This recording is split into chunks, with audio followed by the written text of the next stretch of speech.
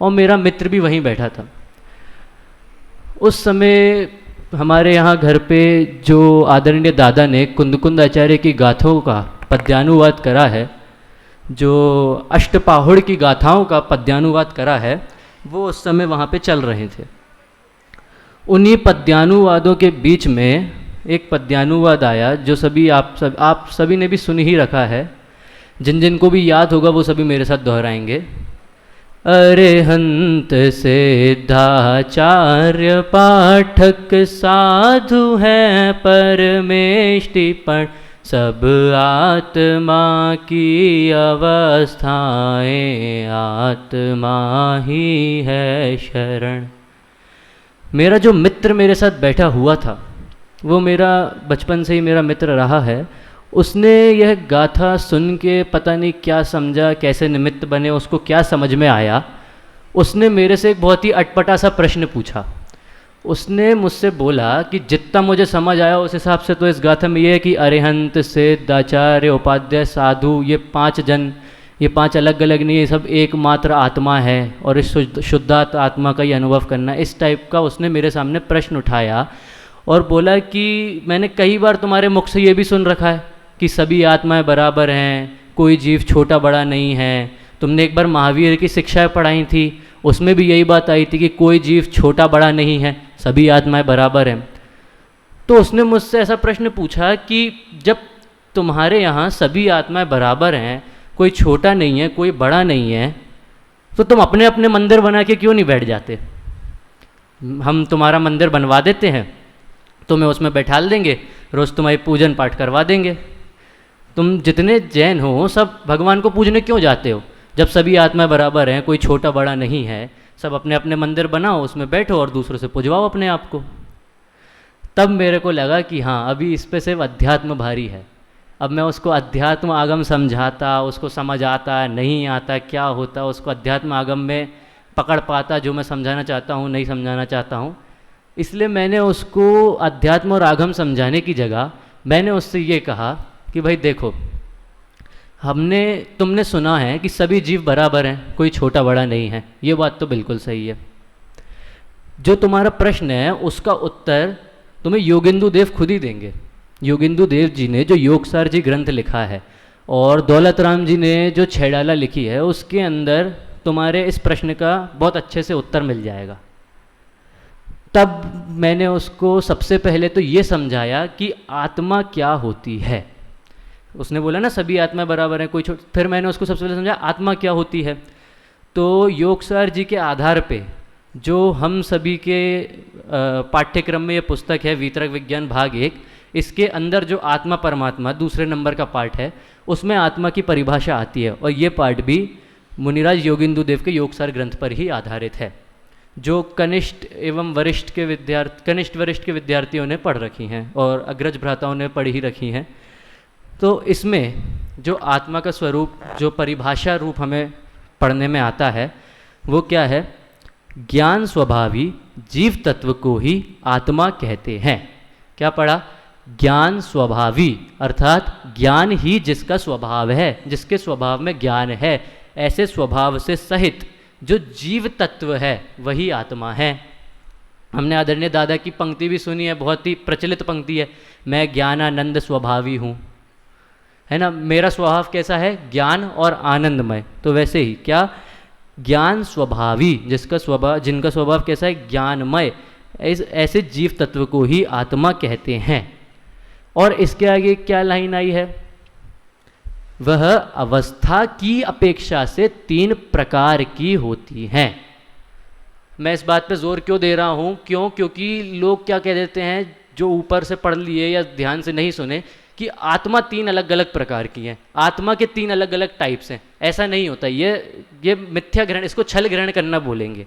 आत्मा 3 अलग अलग प्रकार की नहीं है, आत्मा तो एक ही है, एक पूरी आत्मा है।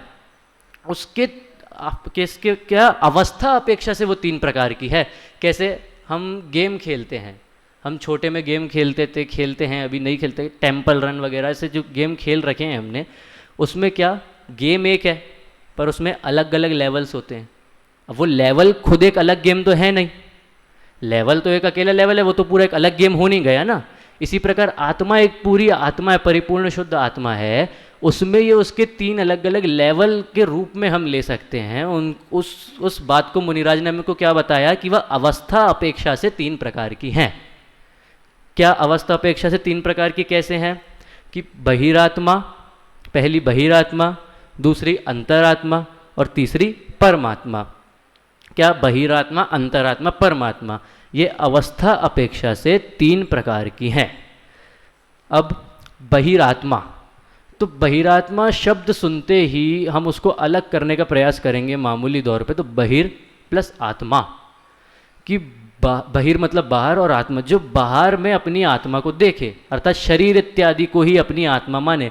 मैं चिरंतन हूँ, मैं ऐसा मान लूँ, मैं प्रतीक हूँ, मैं प्रिंस हूँ, ऐसा मान लें, तो ये बहिरात्म पने की दृष्टि में आएगा। क्या? बहिरात्मा जो शरीर इत्यादि को ही अपने आप को माने। अब बहिरात्मा किसे कहते हैं, इस संबंध में योगिंदु देव ने जो हमको बतलाया है वो क्या है? शरीर को आत्मा, जो शरीर है उसी को आत्मा मान लेना, तथा अन्य पदार्थों और राग आदि में अपनापन मानने वाला। अन्य पदार्थ, अब अन्य पदार्थ से जीव छोड़ के शरीर से शरीर के बाद से बाकी शरीर, और शरीर के बाद जाके बाकी जितने भी A to Z जितने भी अन्य पदार्थ हैं वे सभी अन्य पदार्थ और राग आदि में, राग आदि में अर्थात हमें बहुत सारी चीज़ों से राग द्वेष ये सब होते हैं। हमें हमारे माता से पिता से प्रेम रहता है, हम चाहते हैं हमारा सुखी जीवन हो। क्या बहिरात्मा जीव का अगर अपन लक्षण देखें, उनको कुछ लाइन में बांधे तो वो कैसा रहेगा? बहिरात्मा जीव का जो मामूली सोच रहती है, क्या? पहला सुख हो निरोधी काया, पहला सुख निरोधी काया, दूजा सुख हो घर में माया, तीजा सुख विलक्षण नारी, चौथा सुख पुत्र आज्ञाकारी। क्या? मामूली तौर पे जो हम बहिरात्मा जीव देखते हैं उनके इसी प्रकार के कुछ थिंकिंग रहती है, और हमारी भी रहती है। हम ये नहीं कह सकते कि हम बहिरात्मा से कुछ अलग हैं, हमारी थिंकिंग भी अभी कुछ इस प्रकार की ही रहती है। हम सब भी यही सोच के यहाँ बैठे हैं कि भाई यहाँ 5 साल अध्ययन करेंगे, खूब अच्छे से अध्ययन करेंगे, फिर तत्व प्रचार करेंगे। कुछ लोग ऐसा सोचते हैं, कुछ लोग सोचते हैं यहाँ पढ़ने के बाद फिर PhD इत्यादि करेंगे, प्रोफेसर की फील्ड में, संस्कृत की फील्ड में, टीचिंग लाइन में जाएंगे, अच्छे शांति से ज़िंदगी बिताएंगे, पैसे कमाएंगे, घर बार चलाएंगे। ये सब चीज़ें सोच के 80% लोग बैठे हैं। और अकेले यहाँ नहीं कह रहा हूँ मैं, पूरी दुनिया में लोग यही सोच के रहते हैं। क्या? कि थोड़ा बहुत कमा लें, ज़िंदगी आराम से गुजर जाए, बस। इन्हीं को, हम सभी को आचार्य देव ने क्या बताया है? जो शरीर और आत्मा और रागादि पदार्थों में अपनापन मानते हैं, मानने वाले जीव ही बहिरात्मा हैं, और वे अज्ञानी मिथ्या दृष्टि हैं। क्या क्या क्या कह के हमको बुलाया है? अज्ञानी और मिथ्या दृष्टि। इस संबंधी हमें ज्ञान नहीं, क्योंकि हम विपरीत मान्यता में पड़े हैं। हम क्या शरीर और आत्मा को एक मान रहे हैं, राग आदि में अपनापन कर रहे हैं, ये सारी चीज़ें कर रहे हैं। इसलिए मुनिराज ने हमको क्या बुलाया? अज्ञानी और मिथ्या दृष्टि। अच्छा, ऐसा नहीं कि मुनिराज ने बोला इसलिए हम ऐसे हैं। हमने जो हमारे जो कार्य हैं, उल्टी मान्यता जो हम मान रहे हैं, इसीलिए भी हम मिथ्या दृष्टि ही कहलाएंगे। अच्छा, जब तक ये भूल ना निकले तब तक जीव बहिरात्मा अर्थात मिथ्या दृष्टि रहता है। ठीक है, ये बात सभी को समझ में आई कि जब तक हमारी जो ऊपर हमने लक्षण पढ़े, ये सभी भूल जो ऊपर हमने हमारी भूलें पढ़ी, जब तक ये ना बाहर निकल जाए तब तक हम क्या कहलाएंगे? अज्ञानी मिथ्या दृष्टि कहलाएंगे। अच्छा, बहिरात्मापन छोड़ना चाहिए, यह तो ठीक है। बहिरात्मापन छोड़कर हमें क्या? अंतरात्मा बनना चाहिए। बहिरात्मापन छोड़कर हमें क्या बनना चाहिए? अंतरात्मा। अब अंतरात्मा क्या चीज़ है, ये क्या है, कैसे बनते हैं, क्या क्या टर्म्स कंडीशन है, वो अपन देखते हैं। क्या? जो व्यक्ति भेद विज्ञान के बल से, जो व्यक्ति क्या? भेद विज्ञान के बल से, कल आदरणीय भाई साहब के प्रवचन में, शांति जी भाई साहब के प्रवचन में भी भेद विज्ञान का उन्होंने बहुत अच्छे से विश्लेषण करा था। और आज सुबह दादा ने जो आश्रव अधिकार के आखिरी की, संवर अधिकार की जो आखिरी की गाथाएं चल रही हैं, उनके संबंध में अनुशीलन में उनने ये भेद विज्ञान को बहुत अच्छे से समझाया है। तो उसमें से मैं आपके लिए भेद विज्ञान क्या होता है वो मैं आपको बताता हूँ, जो दादा ने हमें अनुशीलन में बताया है। क्या? समस्त पर पदार्थ, जीव अजीव, आश्रव, बंध, संवर, निर्जरा, मोक्ष, इन सब से दृष्टि हटाकर, इन सभी से दृष्टि हटाकर मात्र एकाग्र एकमात्र शुद्ध चैतन्य जो हमारी आत्मा है उसकी तरफ हमारी दृष्टि मुड़ना, उस तरफ हमारा उपयोग लगना, उसको हम कहते हैं भेद विज्ञान। और भेद विज्ञान किसका होता है? स्व और पर का। मतलब स्व पर में हम भेद और विज्ञान के तौर पे अंतर कर लें कि स्व क्या है और पर क्या है। तथापि भेद विज्ञान के संबंध में एक लाइन और आई थी, जिसे खोजना है उसी में खो जाना ही वास्तविक भेद विज्ञान है। क्या? जिस चीज़ को हमें खोजना है, क्या खोजना है? अंतरात्मा। सुखी होना चाहते हैं, अंतरात्मा को खोज रहे हैं, अंतरात्मा खोज रहे हैं, और उसी में खो जाना, उसी को दादा ने भेद विज्ञान का नाम हमें अनुशीलन के अंदर बताया है। अभी मैंने कुछ समय पहले एक उपयोग शब्द और बोला था कि हमें उसकी तरफ एकदम हमारा उपयोग दृढ़ कर लेना चाहिए कि एक निज शुद्धात्म तत्व की ओर हमारा उपयोग लगा रहना चाहिए। तो एक उपयोग संबंधी और दादा ने हमें दोहा सुना रखा है, थोड़ा वो रामचरितमानस तुलसीदास जी द्वारा जो रचित है उसके अंदर ये दोहा आता है। एक मात्र कुछ मिनट में मैं आपको ये बात बता के ख़त्म करता हूँ, फिर अपन विषय पे आएंगे। हमारा उपयोग कैसा होना चाहिए उसके लिए दादा में उदाहरण तौर पे ये बताते हैं। क्या? राम को रूप निहारत जाने की, राम को रूप निहारत जाने की, कंगन की नग की परछाई। राम को रूप निहारत जाने की, कंगन की नग की झलकाई। जाने सब सुध बुध भूल गई वो, कि जाने सब सुध बुध भूल गई वो, कर टेक रही पलटारत नाही। आगे और दोहा ये चलता जाता है। इसमें क्या समझाना चाहते हैं हमें? दादा ने उदाहरण क्यों दिया, इसमें हमारा उपयोग कैसा हो उसके लिए उदाहरण दिया है। सीता जी का उदाहरण देके दृश्य क्या चल रहा है, सीता जी और राम जी के जो शादी का दृश्य है उस समय की ये बात है, जब दिखाया जाता है कि शादी में यज्ञ इत्यादि में जो जो दर्शाया जाता है वो वाला दृश्य चल रहा था कि यज्ञ इत्यादि में कुछ डाल रहे हैं। उस समय सीता जी बैठी हैं और उनका जो कंगन है उस कंगन के नग पर राम जी की परछाई झलक रही है, और राम जी की परछाई को वो इतने अच्छे से निरंतर इतने अच्छे से देखती जा रही हैं कि उनको कोई सुध बुध ही नहीं है, कोई ध्यान ही नहीं है, किसी और वस्तु की ओर उनका ध्यान जा ही नहीं रहा है, मात्र किसकी ओर? सिर्फ राम जी की ओर उनका ध्यान जा रहा है। और जो क्रिया इत्यादि चलती हैं यज्ञ में डालने वाली, उसकी तरफ भी उनका ध्यान नहीं जा रहा है। उसके लिए उनको टोकना पड़ रहा है कि अरे तुम्हारा ध्यान कहाँ है, ध्यान वहाँ से हटा के यहाँ लगाओ, कि कंगन की तरफ क्या घूरती जा रही हो। बाकी को तो ये लग रहा है कि वो कंगन घूर रही हैं, परंतु उनका उपयोग कहाँ स्थिर है? राम जी की परछाई में। ऐसे ही हमको इधर क्या ग्रहण करना है कि हमारा उपयोग कैसा होना चाहिए कि पूरी दुनिया में कहीं कुछ भी चल रहा हो, हमारा उपयोग बस कहाँ? एकमात्र शुद्ध चैतन्य आत्मा की तरफ ही होना चाहिए कि हम आत्मा, ये शुद्ध आत्मा की ओर कैसे अग्रसर बढ़ें। ये मैंने आपको एक उदाहरण के तौर पे बताने का सोचा था, आप लोग को समझ आया होगा। बहिरात्मपने में जो व्यक्ति बहिरात्मपना छोड़ दिया, अंतरात्मा की तरफ जो व्यक्ति भेद विज्ञान के बल से आत्मा को देह आदिक से भिन्न, क्या जो आत्मा है उसको देह आदिक से भिन्न, मतलब ऊपर बहिरात्मा में दो देह और अपने आप को एक मान रहा था आत्मा को, अब यहाँ क्या? देह आदिक से भिन्न ज्ञान और आनंद स्वभावी। दादा की पंक्ति, मैं ज्ञानानंद स्वभावी हूँ, जो स्वभाव है ज्ञान और आनंद स्वभावी, जानता है, मानता है और अनुभव करता है। क्या? कि मैं ज्ञानानंद स्वभावी हूँ, बस ऐसा पता करके ये हाँ मैं ज्ञानानंद स्वभावी हूँ, ठीक है छोड़ दिया, ऐसा नहीं।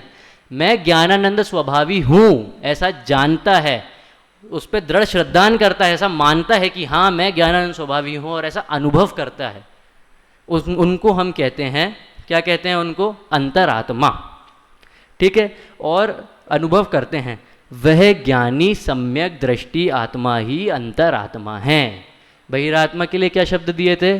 वह अज्ञानी मिथ्या दृष्टि, और अंतरात्मा के लिए वह ज्ञानी सम्यक दृष्टि अंतरात्मा है।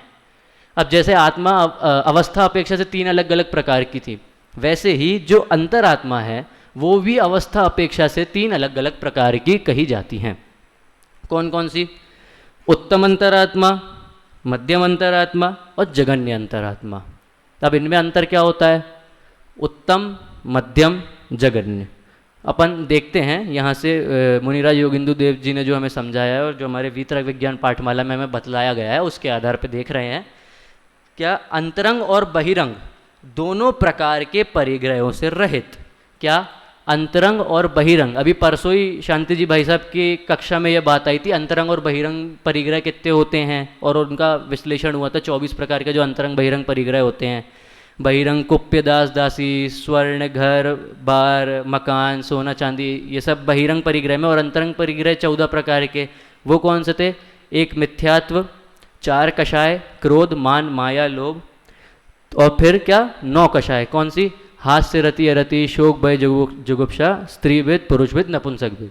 इस प्रकार की जो ये 24 प्रकार की जो अंतरंग बहिरंग हमारी ये इनको जो हमारी अंतरंग और बहिरंग परिग्रह जो हमारे संग में लगे रहते हैं, अंतरंग बहिरंग दोनों प्रकार के परिग्रह जो हमारे साथ जुड़े रहते हैं, उनको छोड़कर, उनसे रहित, उत्कृष्ट, मतलब जो उस संबंध में सबसे उच्च कोटि में है, उत्कृष्ट, शुद्ध उपयोगी, मतलब क्या? जिनका उपयोग अब शुद्धता की ओर एकाग्रित है, न शुभ है न अशुभ है। क्या? शुद्धता की ओर एकाग्रित है, शुद्ध उपयोगी। क्षीण कषाय मुनि, क्षीण कषाय अर्थात जिनका कषाय क्षीण अर्थात क्षण मात्र रह गया है, क्षीण कषाय मुनि। 12वें गुणस्थान वर्ती, 12वें गुणस्थान वर्ती मतलब क्या? क्षीण मोह, जिनका मोह बहुत क्षीण रह गया, क्षीण मोह, वह उत्तम अंतर आत्मा कहलाते हैं। ये हमने क्या समझा? उत्तम अंतरात्मा। अब क्या 2 बचे? मध्यम और जगन्य अंतरात्मा। तो देखते हैं जगन्य अंतरात्मा क्या होता है। पहले, अब बोलोगे पहले के बाद सीधा आखिरी बता रहे हैं। ये पहला अपन ने उत्तम अंतरात्मा समझा, अब जगन्य अंतरात्मा क्या होगा वो समझते हैं। और फिर जो बीच में बचेंगे, वो मध्य दशावर्ती जो बचेंगे, वे सभी कहलाते हैं मध्यम अंतरात्मा। इसीलिए पहले अपन जगन्य समझते हैं। क्या? अविरति, सम्यक दृष्टि, चौथे गुणस्थानवर्ती जगन्य अंतरात्मा कहलाते हैं। क्या? अविरति, जिन्होंने व्रत इत्यादि पूर्णतः जिनने व्रत इत्यादि पूर्णतः नहीं पाले हैं। अभी इस संबंध में दादा ने 2 दिन पहले ही प्रवचन में विश्लेषण करा था अच्छे से। जो चौथे गुण स्थान में होते हैं वो अविरति होते हैं, कि किस प्रकार के उनके कषाय कम होते हैं कि रहते हैं, क्या लेश मात्र रहते हैं, उस संबंध में बात आई थी। तो चौथे गुण स्थानवर्ती जगन्य अंतरात्मा कहलाते हैं। अब उक्त दोनों के मध्य दशावर्ती जो देशव्रती श्रावक होते हैं, अर्थात जिन्होंने व्रत इत्यादि एक देश रूप पाल रखे हैं, ऐसे मुनिराज और श्रावक अर्थात 5वें से 11वें गुण स्थानवर्ती मध्यम अंतरात्मा कहलाते हैं। क्या? पहले अपन ने क्या समझा? उत्तम अंतरात्मा। उत्तम अंतरात्मा में कौन आए? कि भाई उत्कृष्ट शुद्धोपयोगी क्षीण कषाय मुनिराज, अर्थात क्षीण मोह 12वां जो गुणस्थान है, ऐसे 12वें गुणस्थानवर्ती मुनिराज वो उत्तम अंतरात्मा में आते हैं। और जगन्य अंतरात्मा क्या? चौथे गुणस्थानवर्ती। और उक्त दोनों के मध्य दशावर्ती जो देशवर्ती श्रावक और मुनिराज, श्रावक क्यों? क्योंकि 5वें से 11वें तक है, 5वें गुणस्थान में श्रावक रहते हैं। 5वें से 11वें गुणस्थानवर्ती जो कहलाते हैं वो कहलाते हैं मध्यम अंतरात्मा। तो हमने क्या अंतरात्मा समझा? उत्तम, मध्यम, जगन्य। अब ये अंतरात्मा तो हमने समझ लिया। हमने क्यों समझा? अंतरात्मा बनने से हमें लाभ क्या है, हम अंतरात्मा क्यों बने? तो यही अंतरात्मा गृहस्थ अवस्था त्याग कर शुद्ध उपयोग रूप मुनि अवस्था धारण कर निज स्वभाव साधन द्वारा परमात्म पद प्राप्त करता है, अर्थात परमात्मा बन जाता है। और इसके अनंत दर्शन, अनंत ज्ञान, अनंत सुख और अनंत वीर प्रकट हो जाते हैं। तात्पर्य यह है कि यही अंतरात्मा अपने पुरुषार्थ द्वारा आगे बढ़कर परमात्मा बनता है। क्या? पर अंतरात्मा बनने से क्या लाभ हुआ हमें?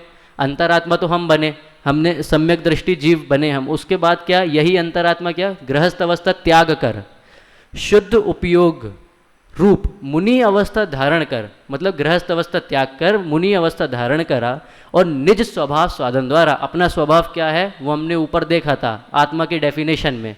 क्या है? क्या? कि ज्ञान स्वभावी, ज्ञान जो हमारा स्वभाव है, ऐसे निज स्वभाव अर्थात ज्ञान स्वभाव साधन द्वारा परमात्म पद प्राप्त करता है, अर्थात परमात्मा बन जाता है। इसके क्या? अनंत दर्शन, अनंत ज्ञान, अनंत सुख, अनंत वीर प्रकट होते हैं। तात्पर्य क्या था? तात्पर्य यह है कि यही अंतरात्मा अपने पुरुषार्थ द्वारा आगे बढ़कर परमात्मा बन जाता है। क्या लाभ? कि अंतरात्मा बने, अंतरात्मा बनने के बाद पुरुषार्थ की ओर वृद्धि करी, पुरुषार्थ को और अग्रसर करे, और फिर क्या? परमात्म पद को प्राप्त करे। अब ये परमात्म पद क्या होते हैं कि भाई हमें ये तो पता है कि प्रत्येक आत्मा क्या सुखी होना चाहता है, हम सभी को पता है, हम सभी सुखी होना चाहते हैं। हमने छैडाला जी में भी पढ़ रखा है कि जे त्रिभुवन में जीव अनंत, सुख चाहे दुखते भयवंत, दुख से डरते हैं और सुखी होना चाहते हैं। हम सभी को प्रत्यक्ष में दिखता है कि हम सभी दुख से डरते हैं, और जिनको हम सुख मानते हैं वे भी पूर्ण सुखी तो हमें कर नहीं देते। कुछ सुख ऐसे होते हैं जो हमें कुछ समय के लिए सुखी कर देते हैं, और कुछ सुख ऐसे होते हैं जिन्हें हम सुख मानते हैं परंतु उनसे हमें आगे चल के दुख मिलता ही है। कुछ क्या, सभी सुख जिन्हें हम अभी सुख मान रहे हैं उनसे हमें आगे चल के दुख मिलता है। तो पर असली सुख क्या होता है? असली सुख हमें जो प्राप्त करना है, जो परमात्मा क्या होता है? प्रत्येक आत्मा सुखी होना चाहता है, और परमात्मा पूर्ण निराकुल होने से अनंत सुखी है। परमात्मा क्यों बन रहे हैं हम? क्योंकि हमें सुखी होना है। और जो परमात्मा पद है उस पद पे पूर्ण निराकुल सुख है, पूर्ण निराकुल सुख है। परमात्मा पद पे कैसा? बिना किसी आकुलता से बस सुख ही सुख है, ना कुछ आकुलता है, ना कुछ व्याकुलता है, ना कुछ सोचना है। द्रव्य संग्रह में गाथा आती है जो दादा ने प्रवचन में कईयों बार हमें बताई है, बोलो नहीं सोचो नहीं अरे चेष्टा भी मत करो, सर्वोत्कृष्ट यह ध्यान है निज आत्मा में रत रहो। इस प्रकार की गाथा आती है। प्रॉपर वर्डिंग नहीं होगी, आप एक बार चेक करिएगा ग्रंथ में, मैं भी चेक कर लूँगा। क्या कि सोचो नहीं, बोलो नहीं और चेष्टा भी मत करो। परमात्मा पद में हमें यही ग्रहण होगा कि कोई कुछ सोचने की ज़रूरत नहीं है, कुछ बोलने की ज़रूरत नहीं है, किसी प्रकार की चेष्टा की ज़रूरत नहीं है। बस क्या पूर्ण निराकुल सुख हमें मिलता है, बस एकमात्र शुद्ध उपयोग आत्मा के ध्यान में हम निरंतर रत रहते हैं। इस प्रकार क्या हमने परमात्मा समझा। अब परमात्मा में भी दो अलग प्रकार की, दो अलग अवस्था की अपेक्षा दो अलग प्रकार की होती हैं। क्या? सकल परमात्मा, निकल परमात्मा। सकल परमात्मा क्या होती हैं? नाम से ही हमें समझ आ रहा है। स अर्थात सहित, और कल अर्थात शरीर, शरीर सहित, वो होती हैं सकल परमात्मा। और निकल निवृत्त, और कल अर्थात शरीर, तो निकल परमात्मा। अब सकल परमात्मा क्या होती हैं कि चार घातीय कर्मों का अभाव करने वाले श्री अरिहंत भगवान को शरीर सहित होने से सकल परमात्मा कहते हैं। ज्ञानावर्णी, दर्शनावर्णी, मोहिनी, अंतराय, इन चारों का अभाव करके जो श्री अरिहंत भगवान होते हैं वे शरीर सहित होते हैं। हम सभी ने देख रखा है जो अरिहंत भगवान होते हैं वे शरीर सहित होते हैं, इसलिए उन्हें क्या बोलते हैं? सकल, शरीर सहित, सकल परमात्मा। और निकल में फिर कौन आएंगे? निकल निवृत्त, शरीर से निवृत्त, जिनका शरीर नहीं है, अर्थात जिन्होंने आगे के और चार मतलब 8 कर्मों का नाश कर दिया। ज्ञानावर्णी, दर्शनावर्णी, मोहिनी, अंतराय, वेदनी, आयु, नाम, गोत्र, इन 8 का नाश कर दिया। वे कौन? सिद्ध परमात्मा। तो निकल परमात्मा कौन होते हैं? देखिए, सकल परमात्मा हमने पढ़ लिया, और कर्मों से रहित, बाकी और जो 4 कर्म बचे थे ना, मतलब टोटल 8 कर्मों से रहित सिद्ध भगवान को शरीर रहित होने से हम निकल परमात्मा कहते हैं। क्या? सकल परमात्मा, निकल परमात्मा। सकल परमात्मा शरीर सहित, निकल परमात्मा शरीर रहित। ठीक है। अब हमने ये तो देख लिया कि बहिरात्मा, अंतरात्मा, परमात्मा ये क्या होता है। हमने इसको क्यों देखा कि भाई हमें ये मनुष्य भव मिला है, इसको व्यर्थ तो, अब जो मेरा जहाँ से मैंने बात उठाई थी कि जो मेरे मित्र को प्रश्न हुआ था उसका उत्तर तो हमने दे दिया, वो तो अपना उत्तर पाके वापस घर चला जाएगा, वो अपने काम रोज़ ज़िंदगी में लग जाएगा। पर हमने ये बात क्यों समझी कि हमें परमात्मा बनना है, हमें सिर्फ ऐसे बैठे नहीं रहना, हमें परमात्मा पद प्राप्त करना है, इसलिए हमने ये आत्मा और परमात्मा समझा।